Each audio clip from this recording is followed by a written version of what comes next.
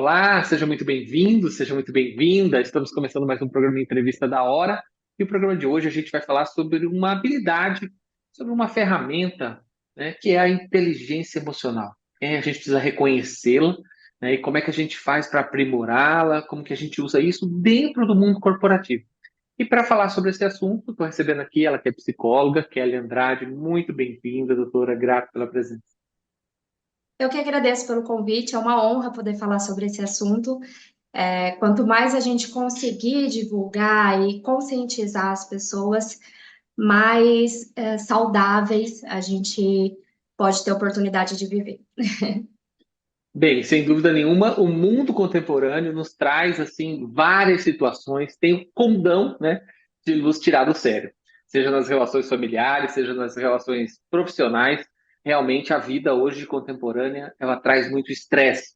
E esse estresse às vezes é lidado de forma errada, né? Seja com uma pulsão de raiva ou um aborrecimento excessivo, e isso traz consequências para a nossa saúde física e mental, né? E para a gente entender isso, né, como a gente estava dizendo, a gente está conversando com a Kelly Andrade. Kelly, primeiro eu queria que você falasse um pouquinho para a gente o que seria a inteligência emocional corporativa, né, que é o que dá título a esse programa e deu título a um artigo seu recente também, né? Exato. A inteligência emocional é a habilidade que nós temos de lidar com as nossas emoções, de gerenciá-las. Então, não é a habilidade de não sentir raiva, ou de não sentir medo, ou qualquer outro sentimento tidos como negativos. Eu costumo dizer que é muito importante a gente desmistificar isso, porque todos os sentimentos, todas as emoções, elas, boas ou ruins, positivas ou negativas, elas são humanas e elas são importantes para, inclusive, a nossa preservação enquanto espécie humana. Então, a inteligência emocional, ela vem num conceito muito mais de aprendermos a gerenciar essas emoções, canalizando os nossos impulsos para ações assertivas, ou seja, que nos tragam benefícios ao invés de prejuízos, tá? E a inteligência emocional, ela tem alguns pilares. Ela não é um fator único, isolado. E até aproveitando que você comentando sobre o estresse ele tem muito mais a ver com a forma a forma que eu enxergo e que eu interpreto as situações que estão acontecendo do que em relação às situações em si.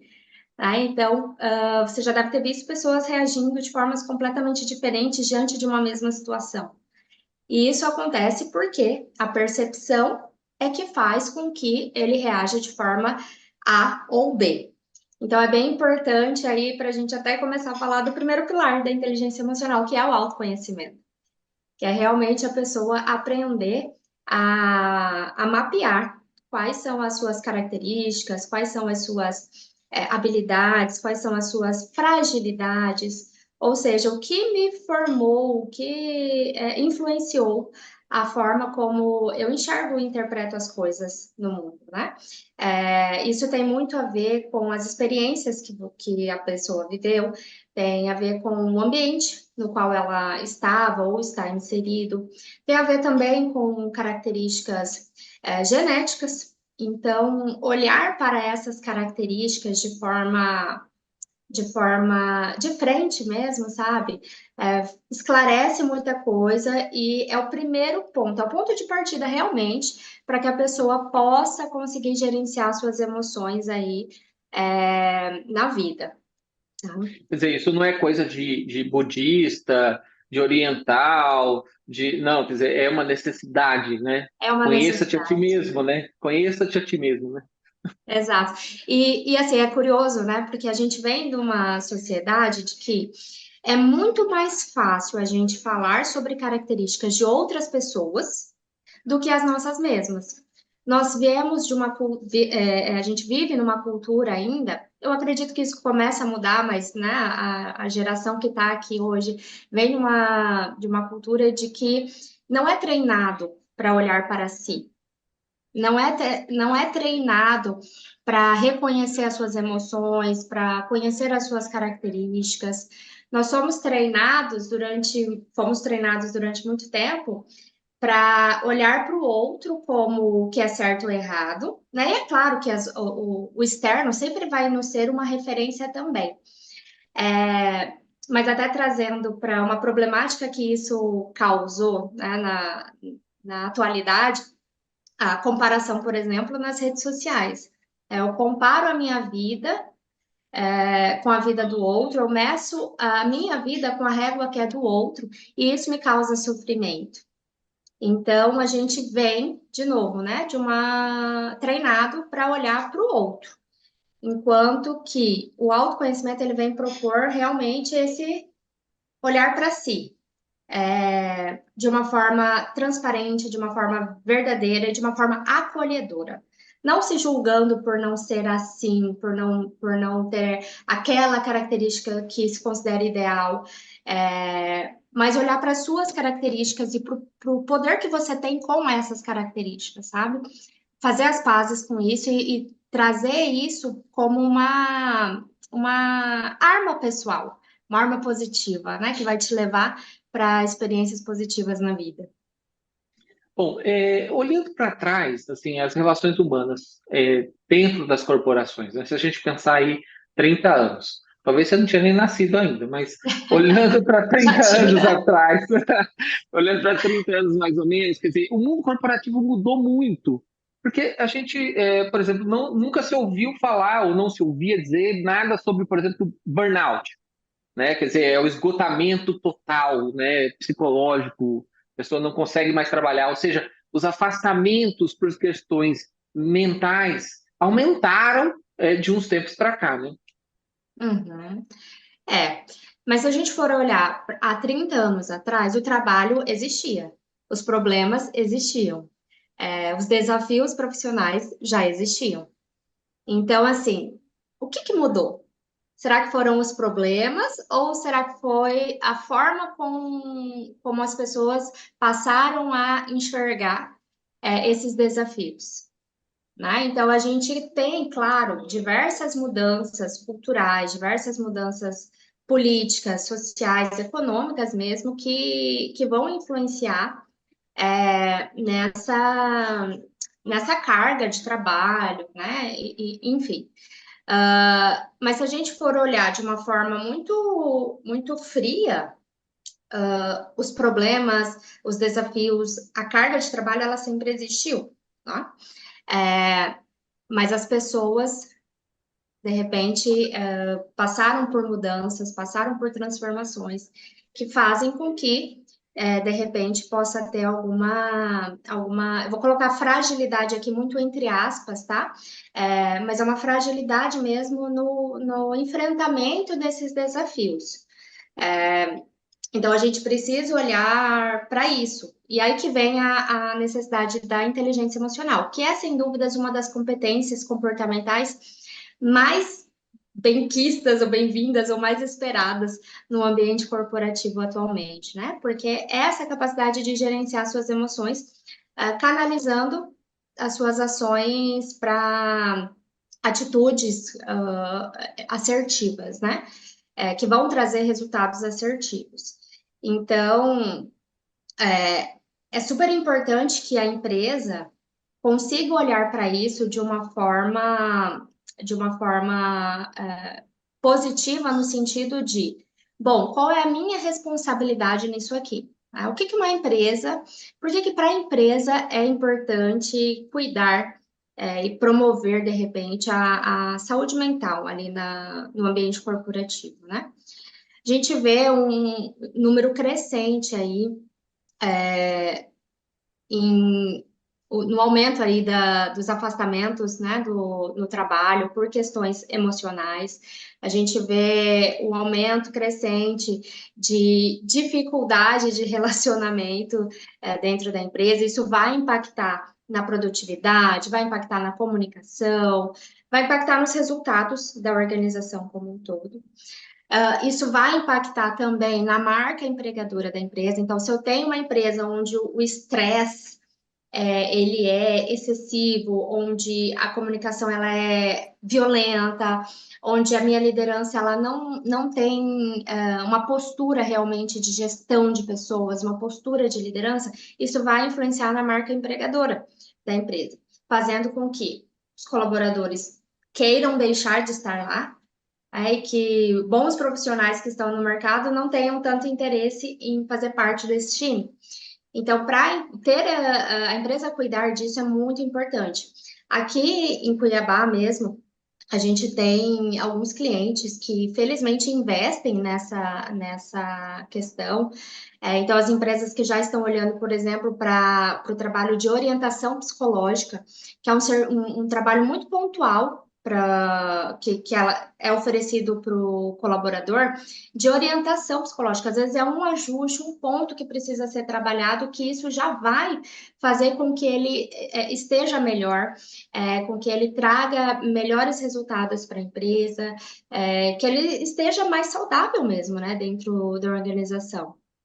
Eu ia perguntar justamente isso, quer dizer, existe um trabalho que a empresa pode fazer do ponto de vista de acompanhamento psicológico da sua equipe, e isso, quer dizer, os frutos disso normalmente vão ser não só a qualidade de vida do funcionário, mas também, às vezes, uma maior produtividade, por exemplo. Quem não trabalha melhor quando está feliz, né? Perfeito, é isso. E nessas experiências aí já, né, no mercado, eu já pude observar que nem sempre o problema é dentro da empresa. Às vezes a pessoa ela tá com alguma disfunção emocional por questões particulares e já caiu por terra aquele conceito de que da porta para dentro da empresa eu tenho que ser uma pessoa e tudo que está me acontecendo lá fora daqui não pode me influenciar. Isso não existe. É impossível pensar nisso. E por muito tempo, muitos profissionais sofreram por conta disso, por não darem conta de dividir essas questões.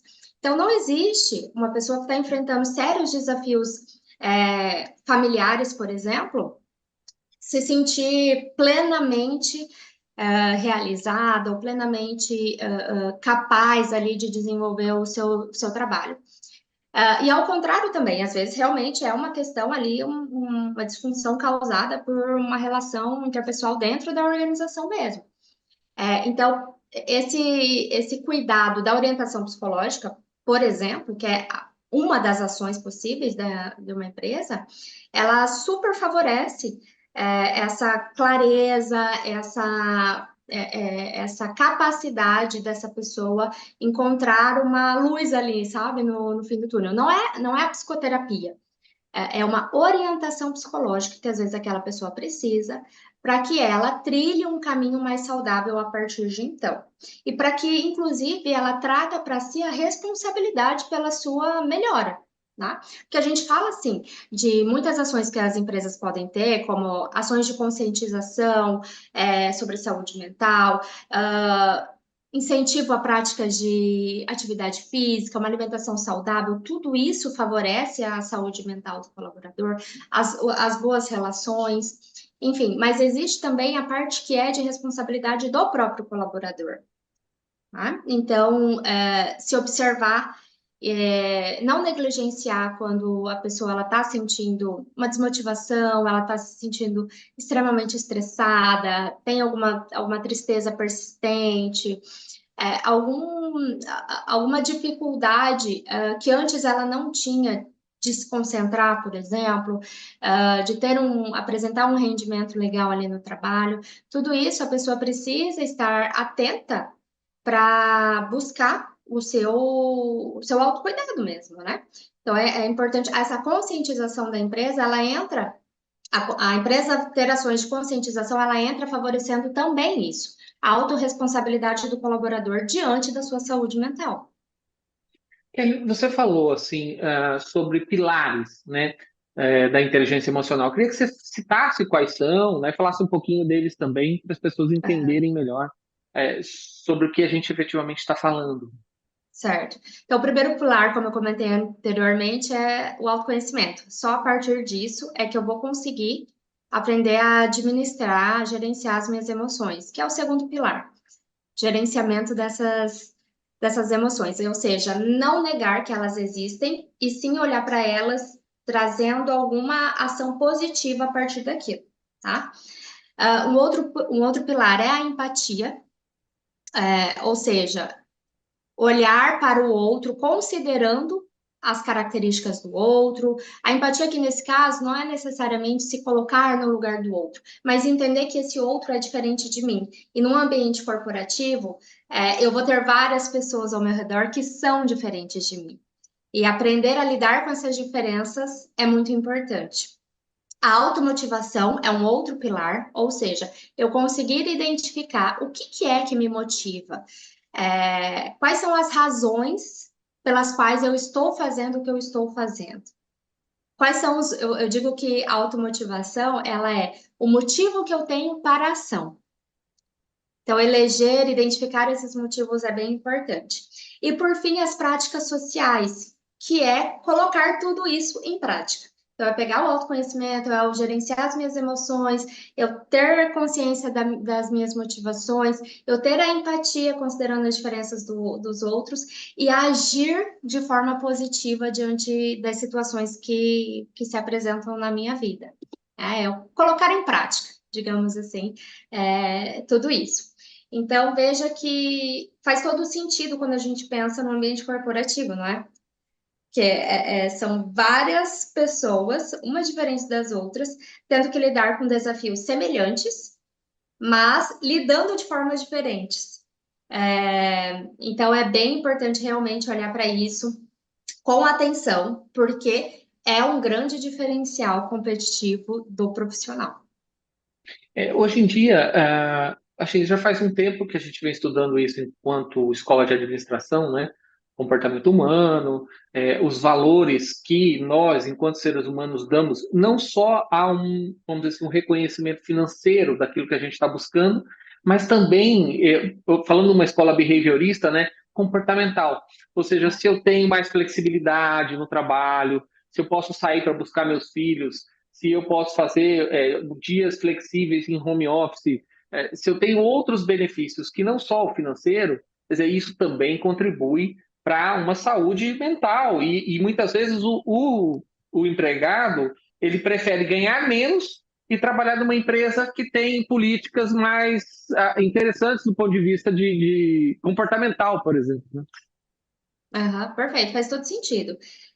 E isso é uma crescente, né? Empresas já multinacionais, elas estão olhando para isso como uma realidade possível. Então, a gente vem aí de um histórico onde o controle desses colaboradores era muito importante, só que isso tem sido para a geração, para muitas pessoas, na verdade, adoecedor, né? Então, existe sim essa inclinação dos profissionais por buscar empresas ou lugares para se trabalhar com maior flexibilidade, né? E aí essa flexibilidade, esse conceito de flexibilidade é importante, né? Porque vai linkar lá na automotivação. Nem sempre o que é motivação, o que é motivador para uma pessoa vai ser motivador para outra. Então, a empresa que tem essa benefícios flexíveis, por exemplo, acabam saindo à frente porque ela consegue atingir um maior número de satisfação ali dos colaboradores. Né? Então, sei lá, vamos pensar no exemplo aqui. Pessoas que valorizam a atividade física. Então, a empresa que ela tem um benefício flexível, onde a pessoa pode escolher entre um benefício voltado para academia ou um benefício voltado, sei lá, para restaurante, onde a pessoa tem ali um poder de escolha, né? Eu acho que dar essa escolha para o colaborador traz um resultado muito, muito positivo, muito assertivo. Sem contar, realmente, assim, essa flexibilidade de tempo, né? Essa carga horária flexível, ela se apresenta como uma estratégia bem relevante, sim, para as organizações. Kelly, assim, conflitos são inevitáveis, né? A gente vai viver conflitos, como a gente vive dores, né? O fato de estar doendo normalmente quer dizer que você está vivo, né? Então, faz parte do processo. Eu queria que você falasse um pouquinho sobre essa habilidade de contornar os conflitos de uma maneira mais equilibrada, né? Eu me lembro do bispo Dom Aquino que dizia assim: se o marido e a mulher brigarem, a solução é encher a boca d'água e não engolir, né? Então, a recomendação é fica quieto. Né? Resumindo, fica quieto, espera baixar a poeira e fala. Quer dizer, isso vale para a empresa, quer dizer, esse fato de pensar antes de falar, né? A gente está caminhando aqui para o final do programa, e eu queria que você trouxesse isso enquanto uma orientação final, né, para as pessoas poderem viver o seu dia a dia de uma forma mais leve, né? Entendendo as diferenças, que cada um é um, né? E cada um vê de um jeito e sente de um jeito também, ou seja, o respeito mútuo é fundamental. Sim. Para falar disso, eu acho importante considerar a questão do autocontrole, né? O autocontrole, de novo, não é negar as emoções, e sim o que eu vou fazer diante disso. Então, às vezes é importante ir beber um copo d'água antes de responder aquele e-mail. É importante trocar ideia com alguém de confiança antes de dar um feedback desafiador.